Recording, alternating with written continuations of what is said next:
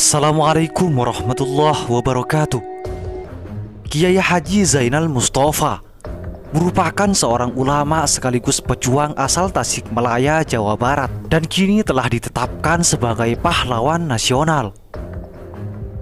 Sejarah mencatat, Kiai Haji Zainal Mustafa menggelorakan semangat rakyat dan para santrinya dalam peristiwa Singaparna untuk melawan penjajah Jepang.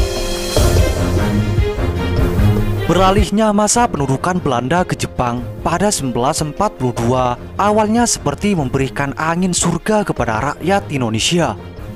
Semula orang-orang Jepang terlihat sangat baik dan tampak sebagai penyemangat dari penjajahan Belanda. Salah satu contohnya adalah Dai Nippon memberikan kebebasan bagi penduduk untuk menggunakan bahasa Indonesia.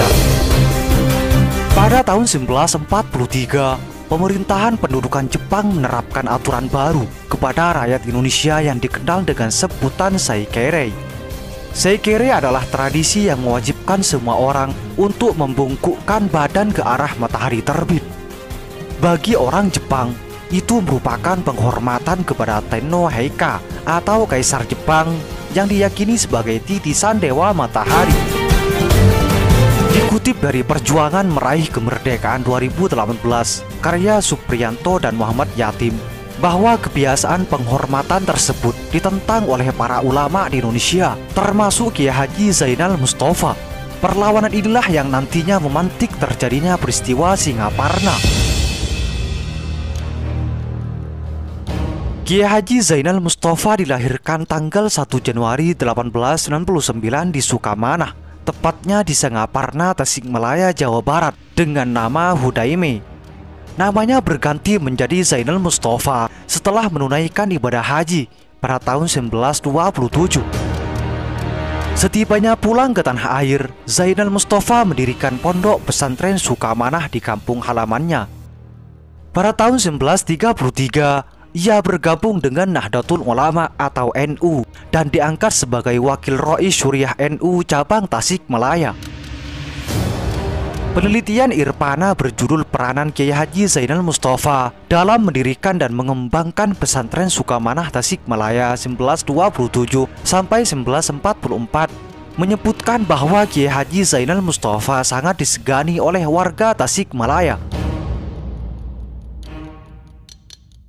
Kiai Haji Zainal Mustafa, beliau mendapatkan rintangan yang cukup berat dalam hal mendirikan pesantren, yaitu di saat ingin mengembangkan ajaran Islam lewat pendirian pesantren.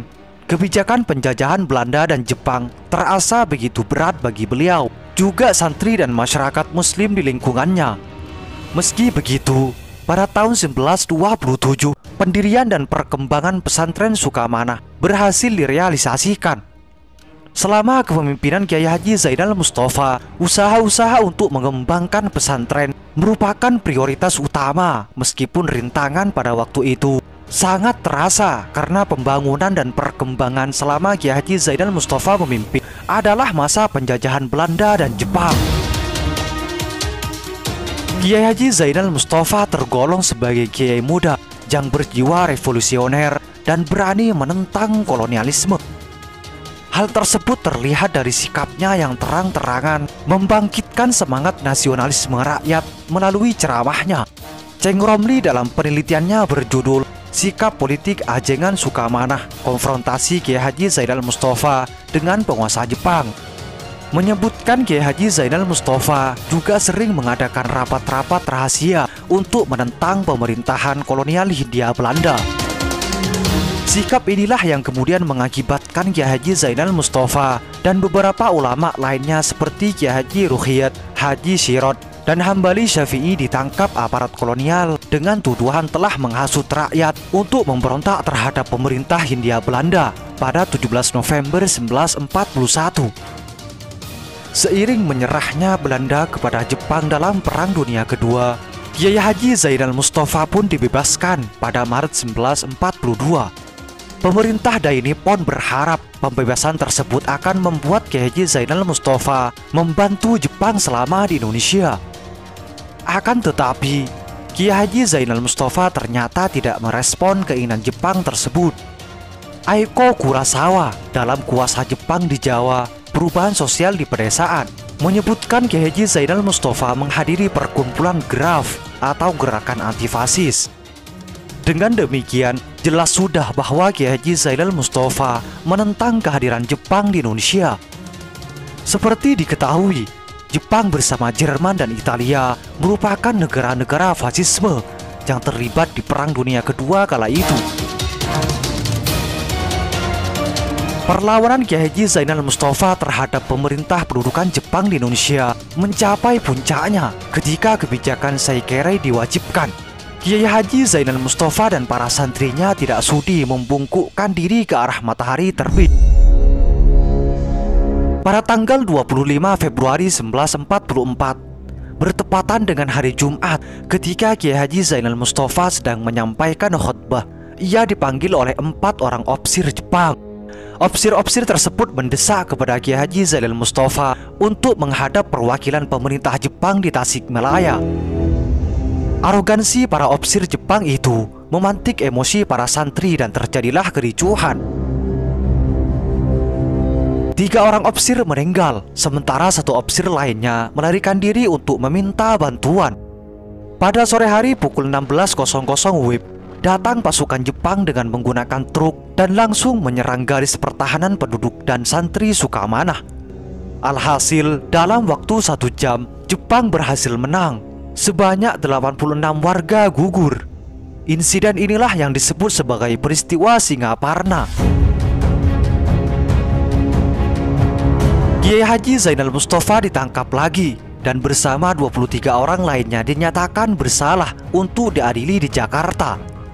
Selain itu, sekitar 79 orang yang terlibat peristiwa Singaparna dihukum penjara 5-7 tahun di Tasikmalaya. Pada akhirnya diketahui bahwa Kiai Haji Zainal Mustafa telah dieksekusi mati oleh tentara Jepang pada tanggal 25 Oktober 1944 dan dikuburkan di Ancol, Jakarta Utara. Keberadaan makam Kiai Haji Zainal Mustafa baru diketahui jauh kemudian hari. Tanggal 25 Agustus 1973, makam Kiai Haji Zainal Mustafa dan para pengikutnya yang juga dikebumikan di Ancol dipindahkan ke Sukamanah, Tasikmalaya. Pemerintah Republik Indonesia menetapkan Kiai Haji Zainal Mustafa sebagai pahlawan nasional pada tanggal 6 November 1972 dengan surat keputusan Presiden Republik Indonesia nomor 064-TK-tahun 1972. Itulah sejarah perlawanan dari Kiai Haji Zainal Mustafa. Semoga ini menjadi wawasan bagi kita dan menjadi pelajaran bagi masa yang akan datang. Semoga informasi ini bermanfaat. Assalamualaikum warahmatullahi wabarakatuh.